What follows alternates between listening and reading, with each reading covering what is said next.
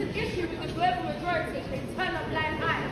Clearly they want to disregard that we're not just sitting here for no reason. They have neglected their duties and we no longer feel safe. And they feel they need to hide in the corner instead of admitting what they have done wrong. And that's the fact that they've neglected a poor child for her to be traumatized this way. And instead of apologizing and addressing, you know what, we've done wrong, we're going to do better. They want to hide, cruel and intimidate and say, you know what, be quiet, go to lesson. No, we're not going to go to lesson because we're not safe. And she's come up here and take responsibility for what she's done. What we're doing, guys, myself, Chris Credit, OBE, hitting you with a quick one. Real Talk True Season. First and foremost, I want to give this girl a round of applause.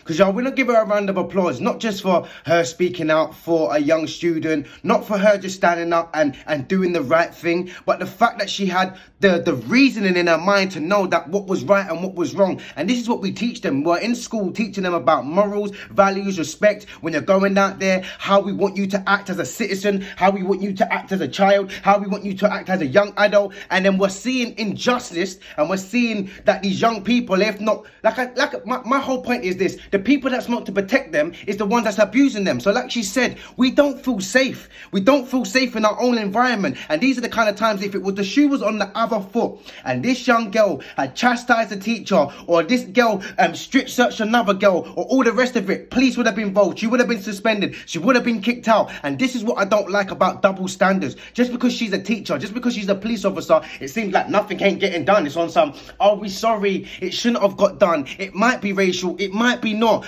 We don't do that really, and we are all good, and we normally do have a good system. No, what system do you have in place? Because when I go into schools, you schools have a heavy safeguarding in place. Do you know what I mean? They make sure that they CRB check me, they make sure that teachers are coming in and they know who's coming in your school. So you can't have all these things in place and then not safeguard the children. And then you've got their own children right now that have to safeguard themselves and say, do you know what?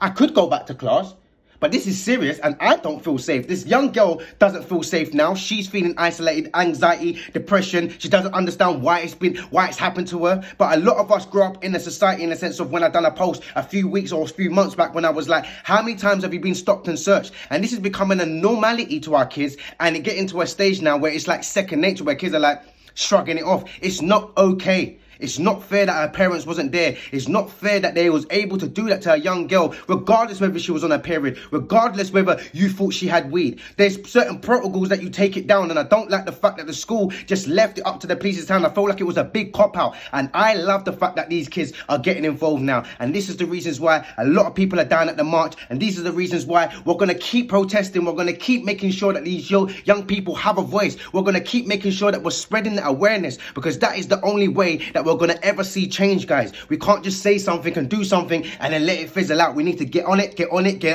and make sure that we get justice, because 9 times out of 10 we don't get justice.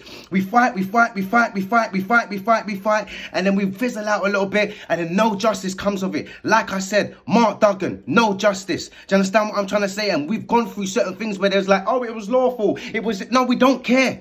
It's not right and it's not acceptable. So big up to this girl once again, guys. Big up to the school. Big up to the children that right now are standing against it as well. We stand with Child Q.